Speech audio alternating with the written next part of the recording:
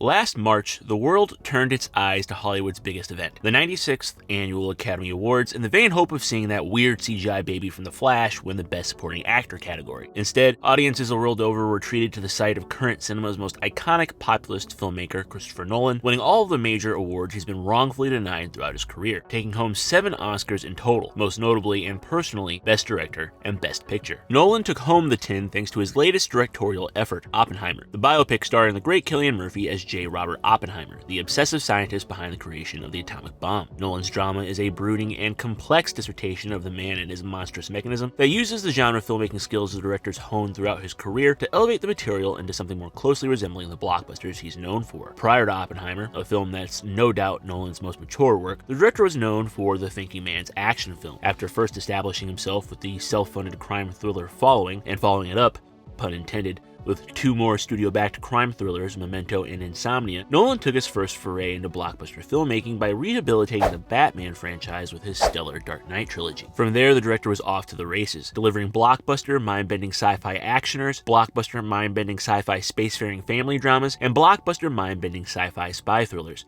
throwing in the odd blockbuster time-bending war film and a relatively quaint drama about 2 warring magicians trying to prove to each other just how hardcore they really are. Nolan's sensibilities connected with audiences and critics the world over, elevating the filmmaker to a rarefied status reserved for Hollywood auteurist legends like James Cameron, Martin Scorsese, and Quentin Tarantino. Directors with the power to get any project they want financed, get butts into seats off the cachet of their name alone, and to force major film studios to handle their projects any way they see fit. A stunning achievement, no doubt, but one that no one noticed was built on the back of a terrible lie. Ironically enough, one not unlike the lie crafted by James Gordon and Batman at the end of one of Nolan's biggest hits, The Dark Knight. I killed those people. That's what I can be. No, you can't. You're not. I'm whatever Gotham needs me to be.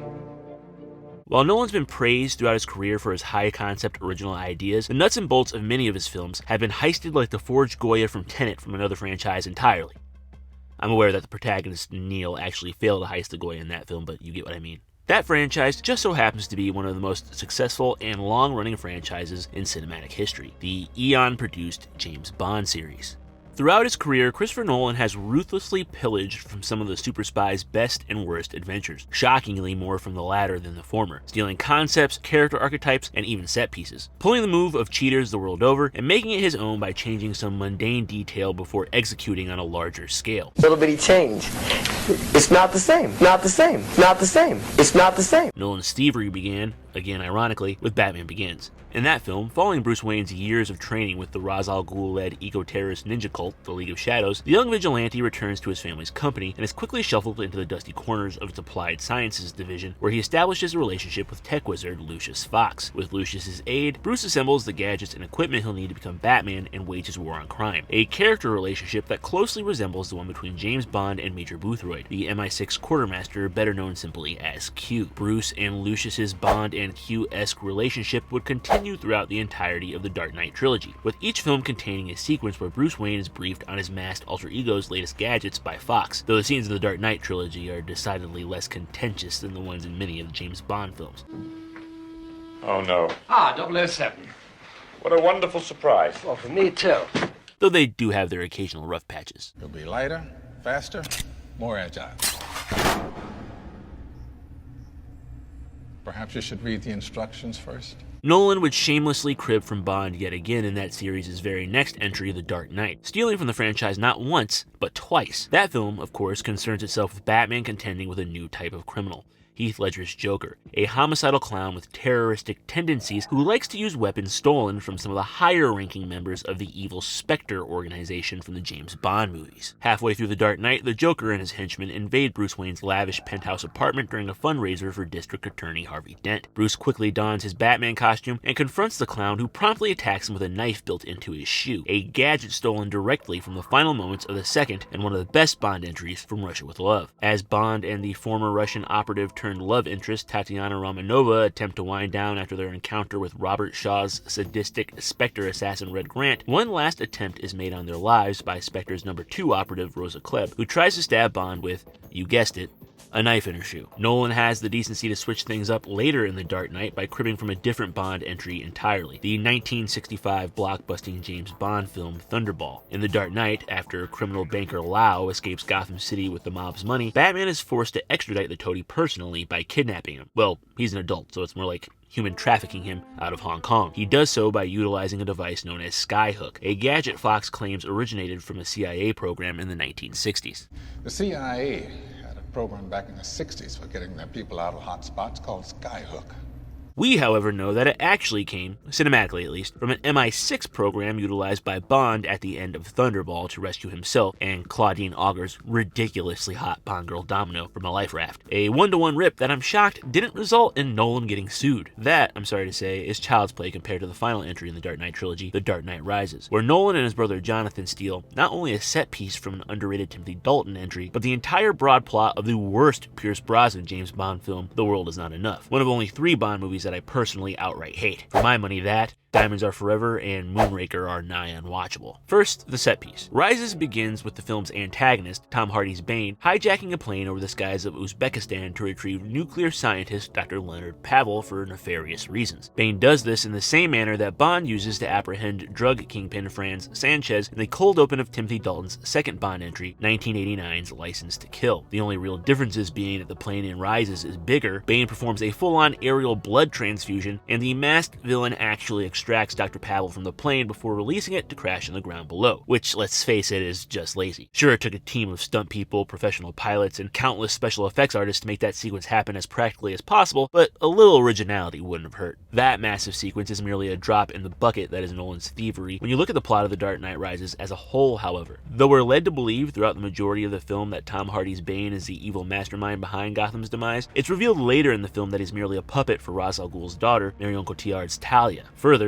it's heavily implied that Bane's interest in Talia is romantic in nature, a relationship and plot twist that's lifted directly from the aforementioned Bond movie, The World Is Not Enough. In that movie, we're led to believe that Robert Carlyle's henchman Renard, who also just so happens to be bald and impervious to pain, is the antagonist of the film, when in reality, Sophie Marceau's socialite, Electra King, is pulling the strings, controlling him by parceling out that guac guac 9000 in strategic bursts. Man, if these films in Dune Part 2 are to be believed, all you need to do to manipulate a megalomaniacal terrorist is to be really good in bed. Which is probably true. This element of The Dark Knight Rises is potentially the most egregious example of the auteur lifting from the Bond films, though the director's previous effort just might give it a run for its money. I'm of course referencing Nolan's high-concept sci-fi heist film Inception. Inception follows dream thief Dom Cobb, whose name is stolen from the antagonist of Nolan's first feature film Following, and his crew of specialists as they dive deep into the dreams of Cillian Murphy's energy magnate, Robert Fisher, in order to plant an idea in his head. As Dom recruits the members of his team, he globetrots all over the world while dodging corporate goons who want his head, injecting the same travelogue aspect into the film that made the Bond movies so exotic back in the day. While that minor detail, of course, falls far short of theft and into the realm of inspiration, what doesn't is the climax of the film, which is stolen directly from Nolan and fellow auteur Steven Soderbergh's favorite Bond movie, On Her Majesty's Secret Service. I think Her Majesty's Secret Service would be my favorite Bond. It's a hell of a movie. It holds up very well. The climax of On Her Majesty's Secret Service finds Bond and a group of criminals sieging the best Blofeld, Telly Savalas' mountainside snow fortress in an effort to save Diana Riggs Tracy, who just so happens to be one of the best Bond girls in the series. Bond and his crew shoot it out with Blofeld's thugs in the same way and in the same setting as Cobb's crew at the end of Inception. You would think that would be enough thievery for one career, but a decade later it would turn out that Inception was merely a dry run for the Christopher Nolan film that would embed Bond into its DNA. Despite the fact that The Dark Knight Rises stole its entire plot from a Bond film, it could be argued that Tenet is the closest Nolan has come to peeking at Eon's homework. Sure, the plot of the film's highly original. I can't think of too many movies where the protagonist, who's literally just known as the protagonist, combats unseen antagonists from the future who are attempting to kill the past by reversing the planet's entropy, but the details of the film are ripped whole cloth from the Bond movies. There's of course the travelogue aspect. Kenneth Branagh's disturbed arms dealer Andrei Sator echoes brutish Bond villains like Goldfinger and Karl Stromberg. The protagonist's style is highly reminiscent of Bond, at one point even wearing a suit that's eerily close to the one Bond sports in Goldfinger, and a climax that features the protagonist leading an army into battle against an opposing force, a trope that's recurred several times in Bond movies like Thunderball,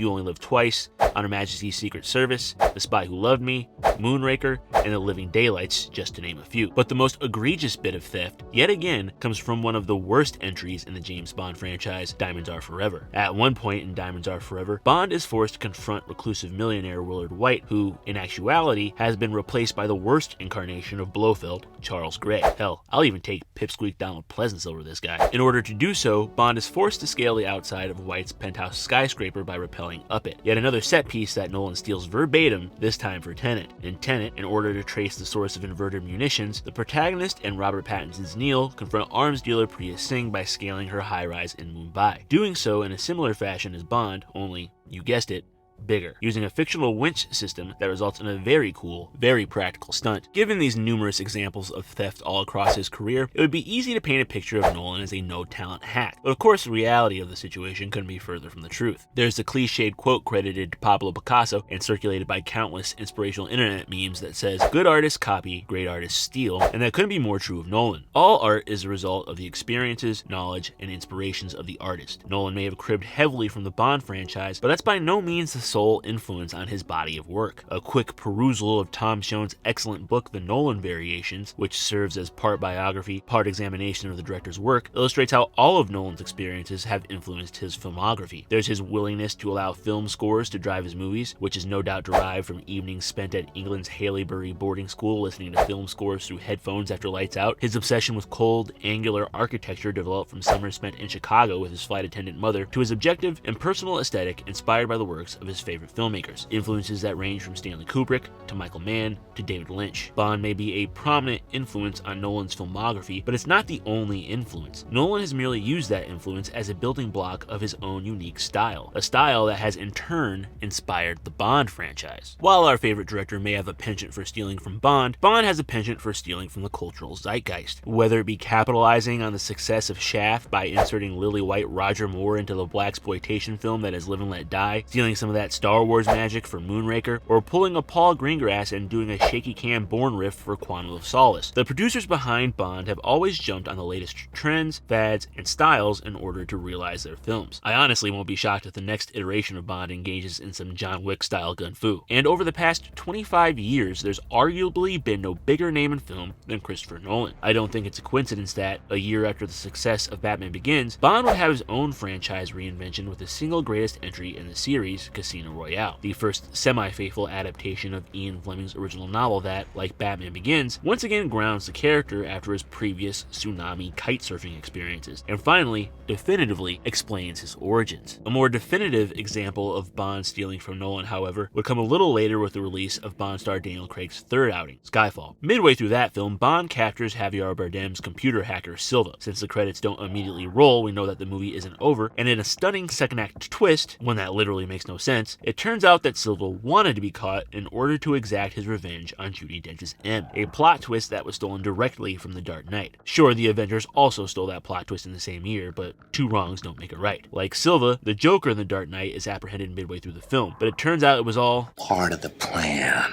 in order to strike a personal blow against Batman, jeopardize Gotham's political future, and to extract Lau in order to get his hands on the mob's money, so he could burn it and Lau to prove a point.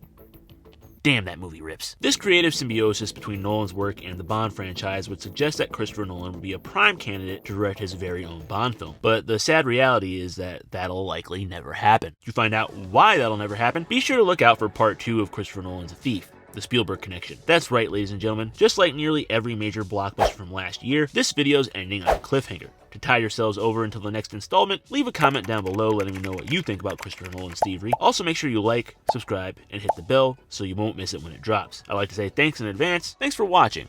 Until next time, peace.